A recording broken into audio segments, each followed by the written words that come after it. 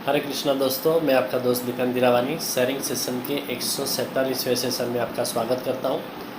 और आज का टॉपिक है जीवन शांति पार्ट 2। दोस्तों, जैसे ही कल मैंने बताया था कि जीवन शांति आने वाली 20 तारीख को बंद होने वाला है, फिर नया प्लान में 0.5% का रिडक्शन आ सकता है इंटरेस्ट में। तो 20 तारीख के पहले जितना हो सके उतना ज़्यादा से ज़्यादा अपने को जीवन शांति में प्लान करना है। दोस्तों, कल जो टॉपिक लिया था, कल जो सेशन था, उसमें कुछ 2 या 3 क्वेश्चन आए मुझे, उसके बारे में मैं बात करना चाहूँगा। एक तो ये कि जब हस्बैंड है तो हस्बैंड को पेंशन मिलते रहेगा, हस्बैंड के वाइफ जॉइंट लाइफ में निकाला है तो वाइफ को भी पेंशन आते रहेगा, मगर उसके बाद क्या? तो उसके बाद आपके नॉमिनी को, आपका बेटा या बेटी जो भी है जिसको आपने नॉमिनी किया है, उसको 110% मिलेगा। यानी फॉर एग्जांपल आपने अगर 10 लाख का इन्वेस्टमेंट किया है जीवन शांति में, तो at the time of death means जब तक आप जिंदा है आपको, आपके बाद वाइफ को, और वाइफ के बाद जो नॉमिनी है उसको 11 लाख रुपया मिलेगा। 10% एक्स्ट्रा यानी 110% मिलता है। तो दोस्तों, ऐसा देखा जाए तो जो जीवन शांति का समझो हमने 5 साल का डिफरमेंट पीरियड में किया है, तो लगभग 8% के आसपास का रिटर्न मिलता है, मगर ये पॉइंट की वजह से 9% रिटर्न हो जाता है। समझो 10 साल का डिफरमेंट लिया है तो करीबन 10%, 10 साढ़े 10% रिटर्न है, तो 11.5% रिटर्न मिलता है। ऐसा कहे तो गलत नहीं होगा, क्योंकि 10% लास्ट में अपने को मिल रहा है एक्स्ट्रा। यानी 1 साल का 10 साल का 10% एक्स्ट्रा बोले तो 1 साल में 1% तो पकड़ सकते हैं ना। तो यहाँ पे अपने को वो लास्ट में मिलता है, अभी नहीं मिलता है, मगर लास्ट में नॉमिनी को 10% एक्स्ट्रा मिलता है। तो इंस्टेड ऑफ हम 10 साल का डिफरमेंट में 10.5% पकड़े, इसके बदले में 11.5% पकड़ सकते हैं, यानी पकड़ना चाहिए। सो this is a wonderful benefit दोस्तों। तो नंबर 1 इज़, जब तक प्रपोजर है उसको पेंशन आती रहेगी, उसके डेथ के बाद जॉइंट नाम में वाइफ को रखा है तो वाइफ को भी पेंशन आती रहेगी, और तीसरा उसका नॉमिनी को 110% मिलेगा। यानी 10 लाख का है तो 11 लाख मिलेगा। इसमें दूसरा भी एक पॉइंट है, अगर डिफरमेंट पीरियड में ही डेथ हो गई तो क्या? फॉर एग्जांपल 20 साल का डिफरमेंट लिया है और 10 लाख का इन्वेस्टमेंट किया है, और समझो प्रपोजर की डेथ हो गई 10 साल के बाद, तो कितना मिलेगा? अभी हम 18% पकड़ते हैं, तो 10 लाख का इन्वेस्टमेंट पे 18% यानी 1 साल का हो गया 1,80,000 रुपया, जो अपने को 20 साल के बाद हर साल मिलने वाला है। अभी 10 साल के बाद डेथ हो गया तो 1,80,000 1 साल का, 10 साल का कितना हो गया? 18 लाख रुपया। तो 10 लाख प्लस 18 लाख यानी कि लगभग 28 लाख रुपया। उसमें कोई बोलते हैं 90% मिलेगा, तो अगर 90% भी बोलते हैं, 18 लाख का 90% पकड़ा तो भी 16 लाख तो पक्का मिलेगा, राइट? तो 26 लाख से लेके 28 लाख तक मिलेगा। यानी इन केस यानी जॉइंट नॉमिनी नहीं रखा है, इन दैट केस एक सिंगल होल्डर ही है तो नॉमिनी को उतना मिल जाएगा। सो ये भी पॉइंट क्लियर करना ज़रूरी है। ये भी एक क्वेश्चन मेरे को आया था, तो इसका भी यहाँ पे हम बात कर लिया है। तो इन केस ऑफ डेथ 20 साल का डिफरमेंट है, 10 साल के बाद डेथ हुआ, तो 10 लाख का इन्वेस्टमेंट पे लगभग 26 से 28 लाख रुपया नॉमिनी को मिल जाएगा। सो ये हो गया पहला सवाल का जवाब। दूसरा सवाल ये आया था कि आप बोलते हो कि रेट ऑफ रिटर्न घटेगा, तो वो तो बढ़ भी सकता है। तो इसका जवाब ये है दोस्तों कि जो कंट्रीज भी डेवलप है ना, जो भी डेवलप कंट्रीज है, सब जगह पे हम देखते हैं तो रेट ऑफ इंटरेस्ट आज की डेट में 1% ही मिल रहा है रेट ऑफ इंटरेस्ट। आज यूके देखो, यूएस देखो, जर्मनी देखो, जापान देखो, फ्रांस देखो, सब जगह पे जो डेवलप कंट्रीज़ है वो सब जगह पे रेट ऑफ इंटरेस्ट 1% ही चल रहा है, उससे भी नीचे। तो इंडिया भी अभी on the verge of develop countries. No doubt India को अभी भी 5-10 साल लग जाएंगे, मगर ये मोदी साहब जब तक है बहुत ही फास्ट ग्रोथ। ये तो अभी कोरोना का महामारी की वजह से वो ग्रोथ जीडीपी माइनस में है इस साल में, अदरवाइज़ इंडिया का ग्रोथ बहुत ही अच्छा था। और इंडिया को पूरा वर्ल्ड में एक बड़ी रिस्पेक्ट की नज़र से देखा जा रहा था कि India is a fast growing country along with China. So India का भी ग्रोथ काफ़ी फास्ट है। और अगर ये कोरोना को अगर नज़रअंदाज नहीं कर सकते, क्योंकि अभी कोरोना कितना चलेगा मालूम नहीं है, बट अदरवाइज इंडिया का growth is very very fast compare to other countries. So ये एक चीज़ है कि India is on the verge of develop countries. So जो भी डेवलप कंट्रीज़ हैं रेट ऑफ इंटरेस्ट वहाँ पे कम है। और आज की अगर सिचुएशन देखें तो बिकॉज ऑफ कोरोना सिचुएशन बड़ी नाजुक है, परिस्थिति बड़ी नाजुक है। तो वापस कंट्री को अपग्रेड करने के लिए, वापस कंट्री की इकोनॉमी को उठाने के लिए गवर्नमेंट को बहुत ही सस्ते दर में लोन देना पड़ेगा इंडस्ट्रियलिस्ट को। तो इसके लिए रेट ऑफ इंटरेस्ट घटने का ही चांसेस ज़्यादा है, बिकॉज लोन अगर सस्ते में दिया तो ऑटोमेटिकली एफडी का रेट ऑफ इंटरेस्ट उसे 2% कम ही होगा। अगर लोन 60% में दे रहे, इसके लिए भी 5% हो गया एफडी का रेट, लोन 6% में देंगे तो ऑटोमेटिकली 4% चला जाएगा रेट ऑफ एफडी। ये पूरा रेपो रेट, एफडी और लोन, ये तीनों का एक साथ में ही सब कॉम्प्लीमेंट्री है। रेपो रेट जैसे ही घटता है वैसा एफडी का रेट भी घटता है। रेपो रेट से 1% एफडी का रेट ज़्यादा रहता है और रेपो रेट से 3% लोन का रेट ज़्यादा रहता है। तो ये पूरा रेपो रेट से चलता है, एफडी का रेट और लोन रेट।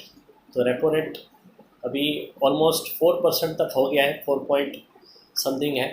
तो उस हिसाब से डेवलप कंट्रीज़ जो है रेट ऑफ इंटरेस्ट कम ही है। तो इंडिया का भी इस हिसाब से आने वाले सालों में बढ़ने का चांसेस ना के बराबर है, घटने का चांसेस ही ज़्यादा है। और जैसा हमारे जो सर हैं श्री रंजन नागरगट्टे जी, उनका मैं ट्रेनिंग में हूँ, तो वहाँ पे उन्होंने बताया कि 10 सालों में, आने वाले 10 सालों में rate of interest will be 3.5%। और उसके बाद के 10 सालों में यानी 20 साल के बाद rate of interest of India will be 2%। तो वैसा पूरा प्रेडिक्शन है।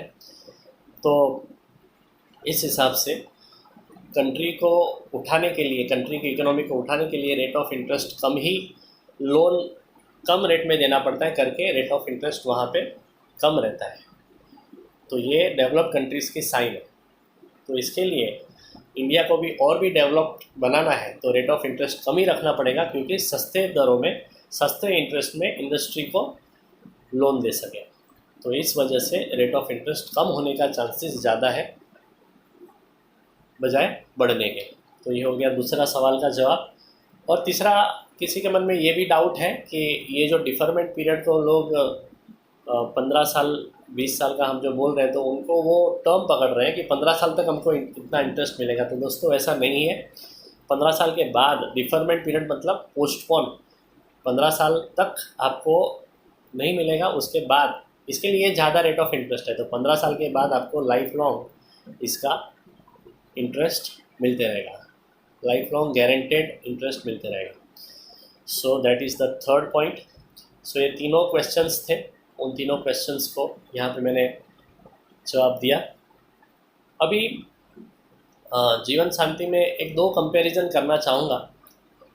एक तो, मगर उसके पहले एक चीज़ कि 3 टाइप की इनकम होती है। एक होती है एक्टिव इनकम, दूसरी है पैसिव इनकम और तीसरी है पोर्टफोलियो इनकम। एक्टिव इनकम क्या है? जो हम आज ही कमा रहे हैं और उसका जो रेम्यूनरेशन है, या तो जो भी उसका इनकम है वो एक महीने में या तो एक साल में आ जाएगा, दैट इज़ एक्टिव इनकम। जो आज काम कर रहे हैं उसका जो इनकम मिलता है दैट इज़ एक्टिव इनकम। दूसरा है पैसिव इनकम। हम कुछ नहीं कर रहे हैं, हमारा सिर्फ इन्वेस्टमेंट लगा हुआ है और वो जो इनकम हमें आ रहा है that is called the passive income. और तीसरा है पोर्टफोलियो इनकम, हमने कुछ इन्वेस्टमेंट किए हैं और उसका आने वाले 10, 15, 20 सालों में उसका रिटर्न हमें मिलेगा, that is called the portfolio income. तो जीवन शांति जो प्लान है, it's a best example of passive income, is the best passive income. So ये 3 टाइप्स ऑफ इनकम। और मैंने ये भी सीखा है कि अगर कंट्री गरीब है तो वहाँ पे बिज़नेस में ज़्यादा इंटरेस्ट मिलता है, बिज़नेस में ज़्यादा इनकम मिलता है, बिज़नेस में पैसा लगाने से ज़्यादा प्रॉफिट मिलता है। अगर कंट्री डेवलपिंग है, अगर डेवलप हो रही है, तो वहाँ पे अगर हम प्रॉपर्टी में इन्वेस्टमेंट करेंगे तो ज़्यादा रिटर्न आएगा। इंडिया का स्टेज डेवलपिंग स्टेज था 2015 तक, तो वहाँ पे प्रॉपर्टी में काफ़ी बूस्ट आया। 2000 से लेके 2015 के साल तक काफ़ी प्रॉपर्टी में अप्रिशिएशन हुआ लोगों को और बहुत अच्छा पैसा कमाया लोगों ने। मगर लास्ट 5 इयर्स में प्रॉपर्टी में जो अप्रिशिएशन है बहुत ही कम है, या तो ना के बराबर, और कहीं कहीं जगह पे अप्रिशिएशन हुआ है। और तीसरा पॉइंट ऐसा है कि जो कंट्री डेवलप है वहाँ पे अगर हम एफडी में पैसा लगाते हैं तो बहुत अच्छा इंटरेस्ट मिलता है। अभी एफडी में 2 टाइप है, एक है लिक्विड एफडी जो बैंक्स ऑफ़र करती हैं और दूसरा है लॉक्ड एफडी जो इंश्योरेंस कंपनीज ऑफ़र करती हैं। तो पहला कंपैरिजन हम देखेंगे, जैसा मैंने कंपैरिजन का बात किया, तो पहला कंपैरिजन हम एफडी के साथ करेंगे, locked FD versus liquid FD. Liquid FD जो बैंक प्रोवाइड करती है, जो नॉर्मल एफडी प्लान होता है दैट इज़ लिक्विड एफडी, वहाँ पे हम पैसा कभी भी निकाल सकते हैं। मगर कुछ पॉइंट्स हैं कंपैरिजन के, उसके बारे में बात करूँगा। एफडी वर्सेस हम जीवन शांति का कंपैरिजन करें तो जीवन शांति में नंबर 1 है पॉइंट जो कंपेयर करने के लिए, दैट इज़ कैपिटल गारंटेड है जीवन शांति में अप टू 100%। यानी आप जितना भी पैसा लगाते हो, 2 लाख से लेके 1.5 लाख से लेके कितना भी आप पैसा लगाते हो, 1.5 करोड़ 150 करोड़ तक, वो सभी अंडर सेक्शन 37 के अंतर्गत 100% गारंटेड है। Capital is guaranteed 100% by government of India. बैंकों में सिर्फ 5 लाख का ही गारंटी है, 5 लाख से ऊपर गारंटी नहीं है। So that's the first point of comparison. दूसरा है in Jeevan Shanti interest is guaranteed for life time. अगर जॉइंट लाइफ में लिया है तो guaranteed to spouse also life time. उसका हम कंपेयर करते हैं बैंक एफडी के साथ, तो interest is guaranteed up to the term of FD only. हमने समझो 5 साल का एफडी किया तो 5 साल तक ही इंटरेस्ट गारंटेड है, उसके बाद नहीं है। और तीसरा है कंपैरिजन का पॉइंट, दैट इज़ यहाँ पे अपने को कोई टीडीएस नहीं देना है, फॉर्म 15H फॉर्म नहीं देना है।